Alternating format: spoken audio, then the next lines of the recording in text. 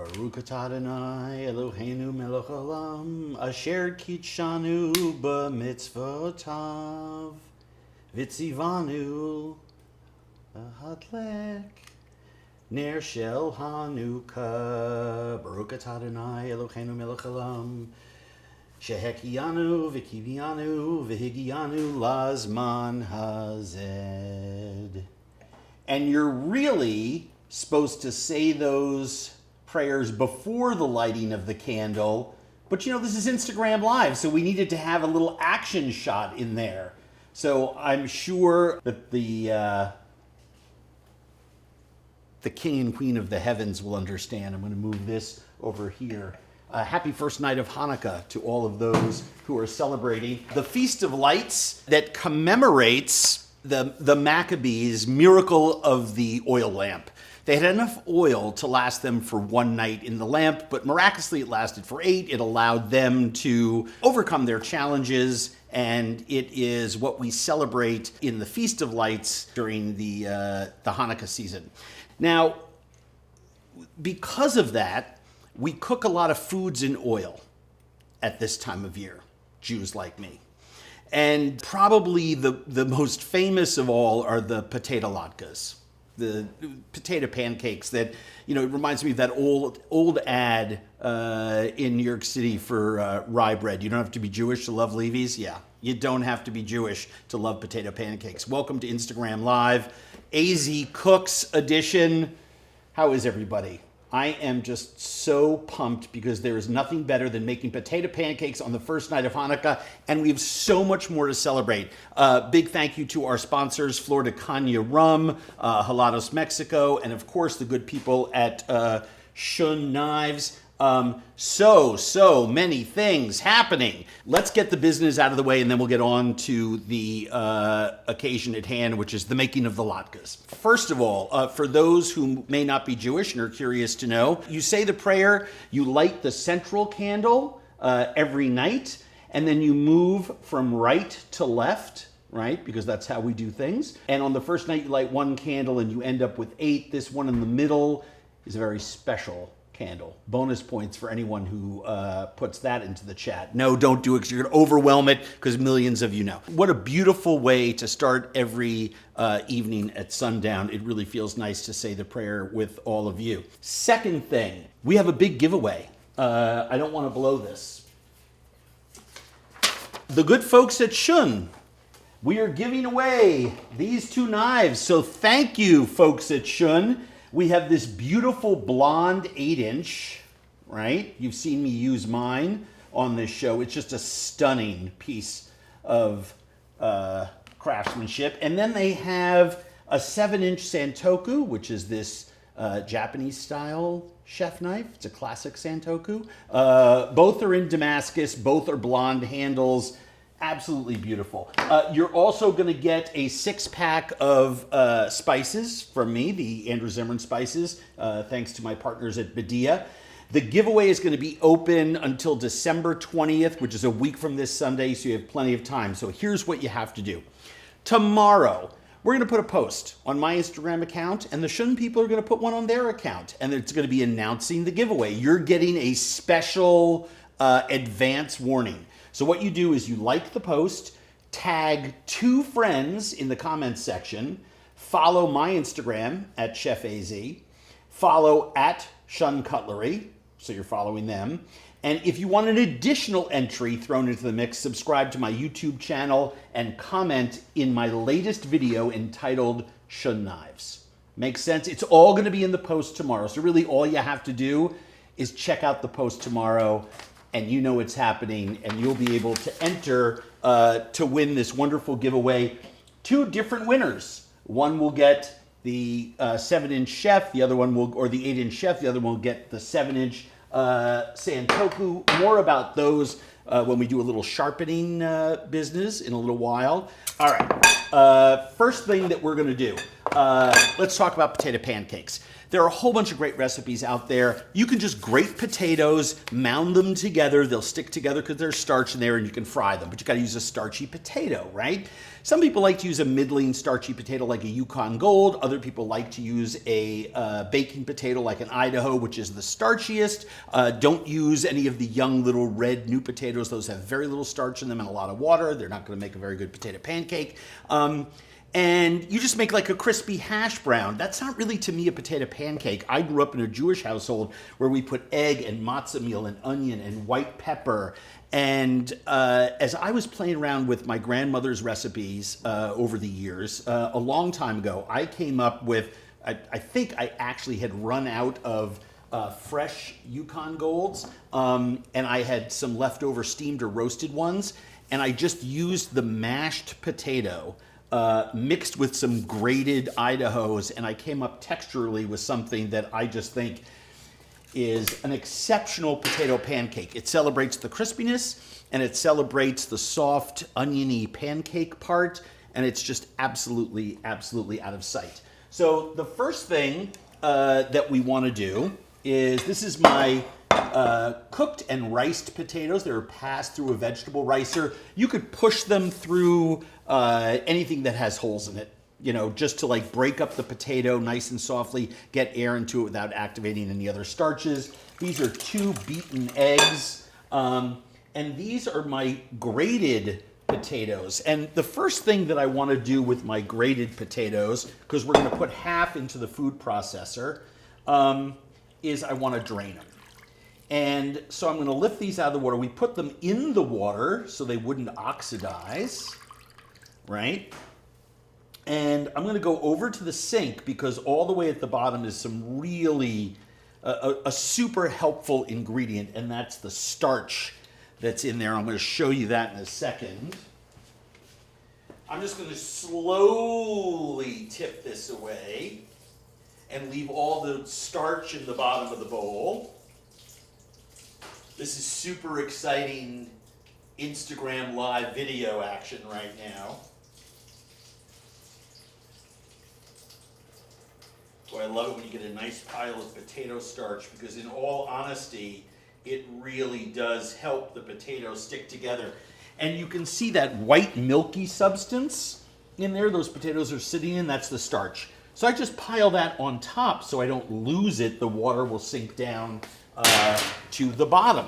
Now, I obviously have some water in here, and all I want to do is push down on this. And I use my fist, and it's why I use this nice colander instead of a thin, rickety wire strainer. So I get all the water out of there, and I take half of the potatoes, and I put them in my food processor. And I take the other half of my potatoes, and I put them in with my riced Yukon Golds. So if any of you have ever made potato pancakes before, you know exactly where I'm going with this. In goes my onion, because I want my onion. You can grate the onion, but I find a little pulse in a food processor actually works a little better.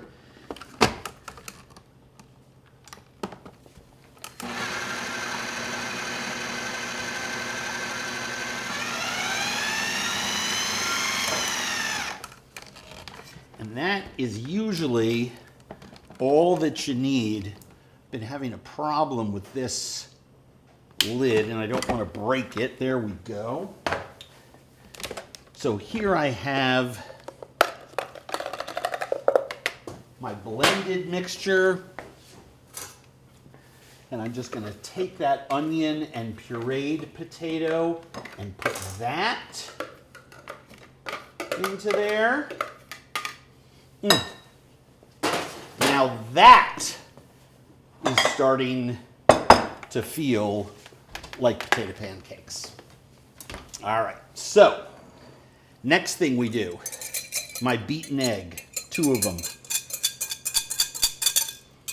Now at this point, if you want to put some chives in, I'm going to add my ground white pepper. I'm going to add my matzah meal. That's just ground up matzah. I'm going to season this with some salt. And I season them with salt at the end, but I do like to have some salt in the potato pancakes themselves. And then I'm just going to use my hand to start to pull this together. Now, we were having a discussion earlier. We had just enough matzah meal to make the potato pancakes. And Madeline asked me, do you want me to get more? And I said yes. And I didn't complete the sentence for her. And we were talking about it right before we started shooting. The reason you want to have more matzah meal on hand than any other ingredient here, it's okay if you just have 2 eggs or just enough potatoes. Actually, you can make it with less potatoes and just ratchet it down.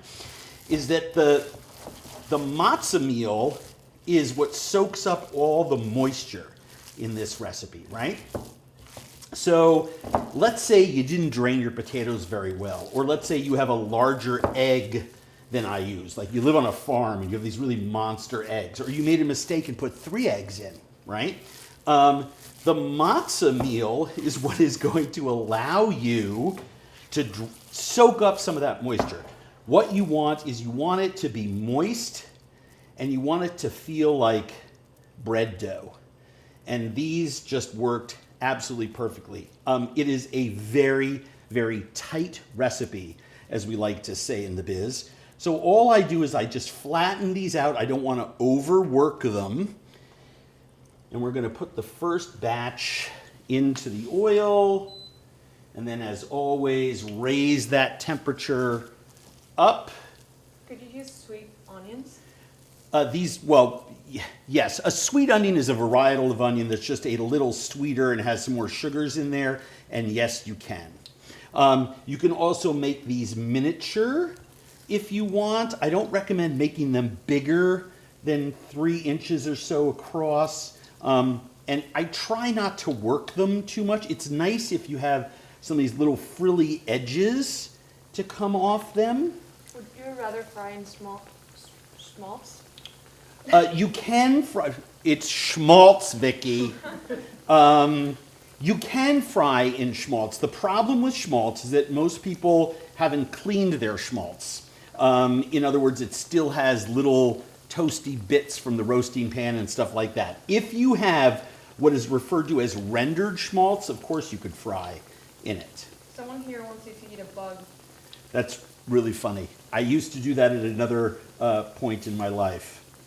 A show that I'm really, really proud of, but yes, we eat bugs when we're in places that have bugs to be eaten. I'm going to push this to the side because I want to make one more pancake for you, and then we want to talk about a couple other things. Let me wash my hands.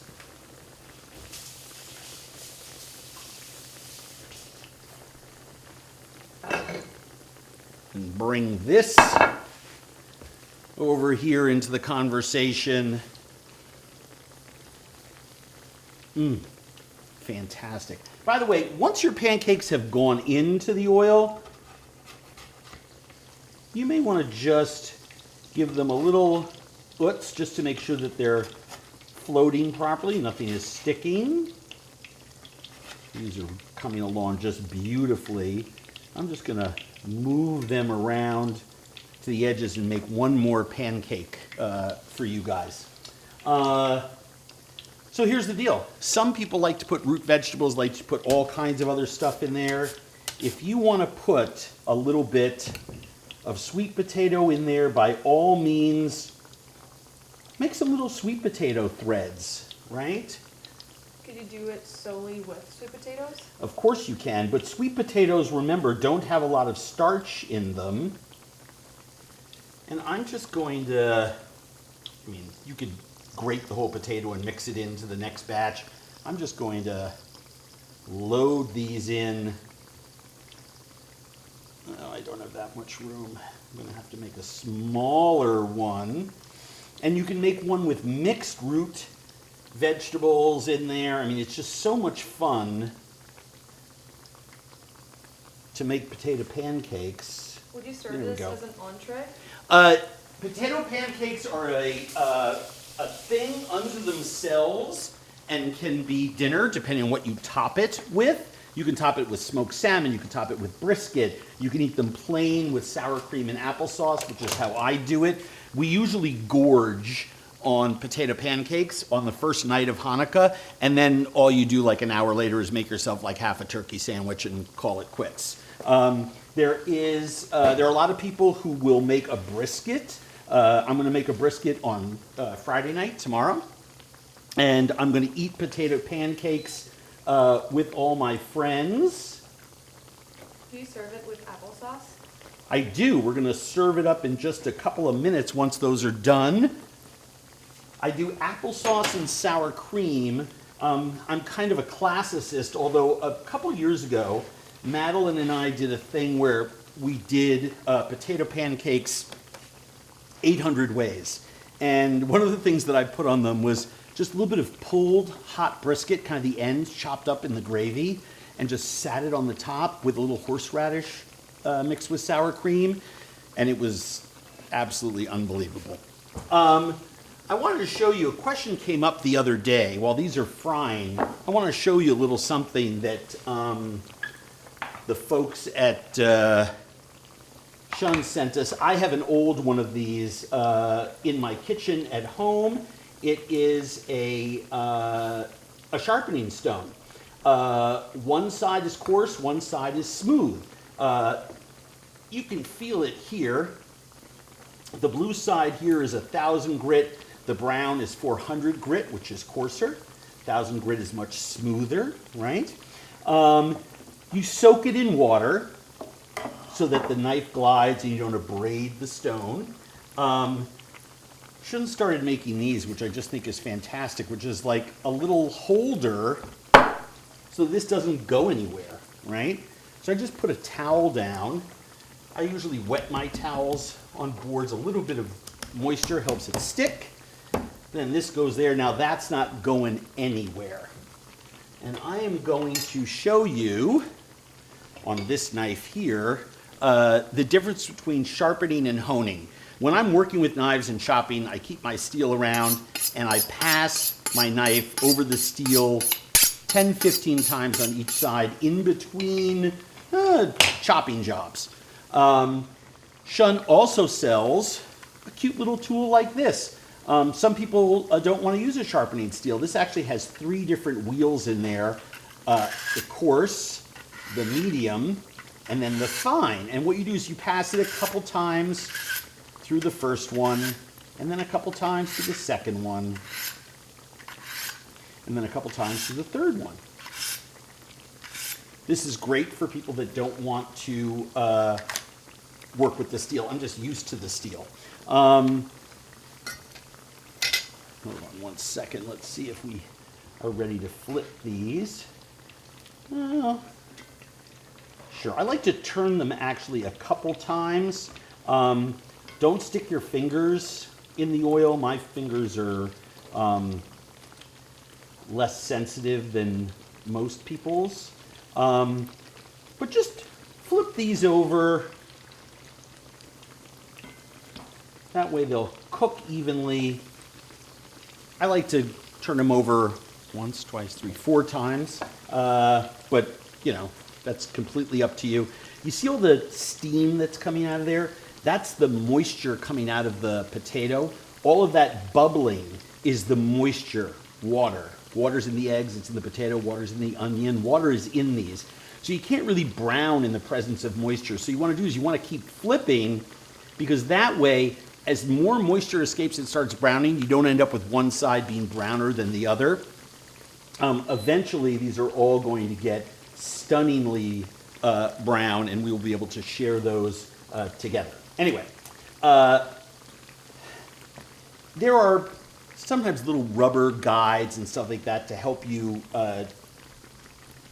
with your knife sharpening skills, but I think it's really fun to teach yourself how to do this. There are some incredible videos online that show you all kinds of knife experts teaching people how to do this.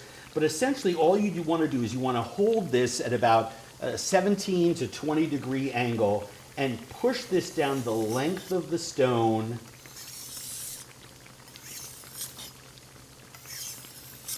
Applying even pressure as you go. That's why I have my fingers put out like this, because if I just did it with one hand, I wouldn't be applying the same amount of pressure on the front part of the blade as I do on the heel.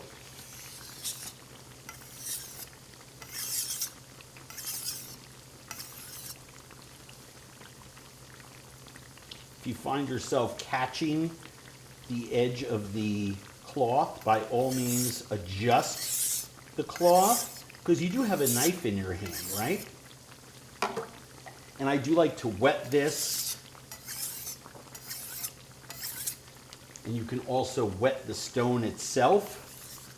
Water helps to glide that knife down. And then you do the same thing with your other hand. Does the degree of the angle depend on the type of blade or material of the blade? Actually, yes, but it's fairly generic up until the point that you get to some very particular types of knives. I have some cleavers that you can literally hold them and look at the edge, and you can actually see that it's like almost like a 35 or 40 degree angle. They're really articulated. Most conventional knives are like in that 20 degree sort of range. And then once you've made a couple passes on one side, you want to go on the softer edge here, softer side of the stone. How do you know when it's ready? Well, if it's really dull, you're going to be sharpening each side for about 4 or 5 minutes on each edge on each piece of the stone.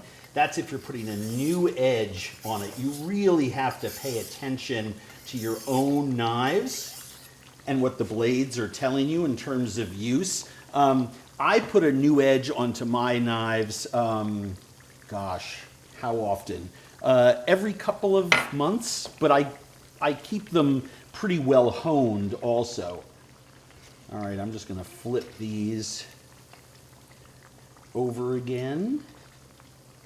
If you could only have 4 kinds of knives for the rest of your life, which one would they be? Oh my gosh, a serrated, a fillet knife, a slicer, and a chef's knife.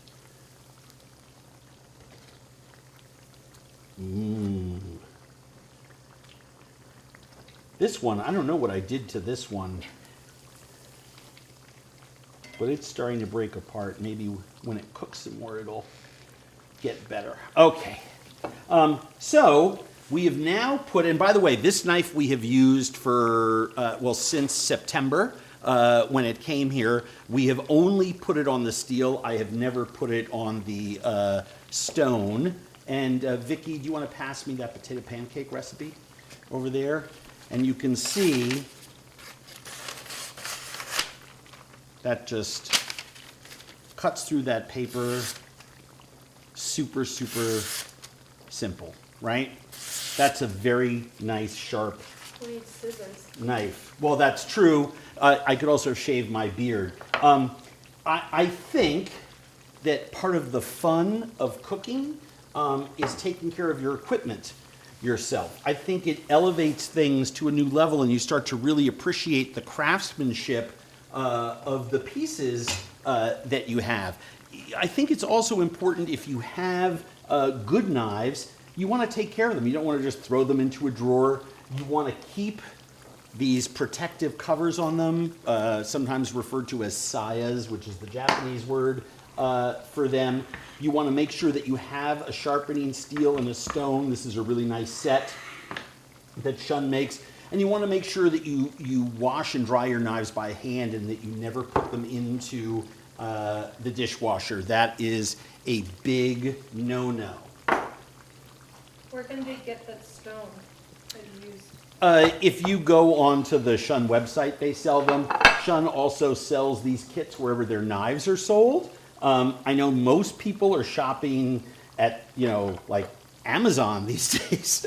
I don't think I've gone into a store in 9 months. But we all have stores near us and around us that sell cooking stuff. You know, the Williams-Sonoma stores of the world and a lot of other independent stores here in the Twin Cities. I go to Cooks of Crocus Hill, which is a really great store. There's another one here called Kitchen Window. I think they both sell shun knives. Williams-Sonoma, I think, sells them as well. So any of those places will also carry the sharpening stones, because my experience is that most people do like to sharpen their own knives. And that way, you're not dropping your very expensive, nice knife off at the supermarket butchers where once a week someone comes and collects them and they kind of do it for free, so they sell you an extra pound of ground beef. It's a great service. Thank you, supermarkets, for doing that for people. But if you can sharpen your own knives and put a new edge on them, it really is, well, I think it's a lot of fun. Let's see what we're going to do here. I think this one, not quite yet. We're almost ready to take them out. Sour cream, spinach. I always like a little bit of dill or some fennel fronds just to decorate them. I don't know why this time of year it just feels like the right thing to do, that evergreen look. Can you add shredded apples? Oh, a lot of people do. As a matter of fact, one of the things that I have a friend who actually takes those dried leathery apples and chops them up, because otherwise the food processors won't be able to handle it, and puts them in with their onions and potatoes when they pulse them in my recipe, and I've had them and it worked out great. I went to a friend's house a couple years ago. They were making my recipe, and they were like sweeter and applier. I said, "What? Oh my God, that's amazing!" The other thing you can use, you can always grate apples into it, but remember, apples have a lot of water, so you're going to want to squeeze those dry, and remember, it might affect some of your brownings, so don't get freaked out about it. How do you sharpen serrated knives? Serrated knives actually have a special kind of sharpener that's a rounded tool where you work them each side. And I'm glad you asked, because my serrated knives are really the only ones that I regularly let somebody else sharpen. What's the first time you made this recipe? This one, I was probably 4 years old at my grandmother's house, and I was allowed to mix the potato pancake mixture. The greatest joy in the whole world for me was holiday time at my grandmother's house. There really was not a better feeling in the whole world than gathering with your family members, especially on the first night of Hanukkah, making potato pancakes. And it's a tradition that we have continued in my house to this day. I love it. Someone's asking, what would you do with dragon fruit and jackfruit? My aunt bought them for me for Christmas because she knows I like new foods, and I'm not sure the best way to eat them. You just peel them and eat them. Dragon fruit is super easy. Cut it in half and you'll see that there's a peel, and the central fruit is all edible. The little black things are the seeds. Jackfruit, much different. There's a very caustic, sticky substance. You're going to want to use an oiled knife on it. You're going to want to cut it into quarters. You're going to want to then peel it. You're going to want to take the pods out. You need to peel the pods. Then in there is the fruit that has a seed. It sounds complex, but worth it because jackfruit is one of the most delicious fruits in the entire world. We have a very important question coming your way. Yes. Everybody wants to know, what beauty products do you use for your beard? Beauty products. Oh my God. I don't put anything in my, well, I shouldn't say that. A couple weeks ago, as you all know, I have been trying to figure out whether to let the beard keep going or not.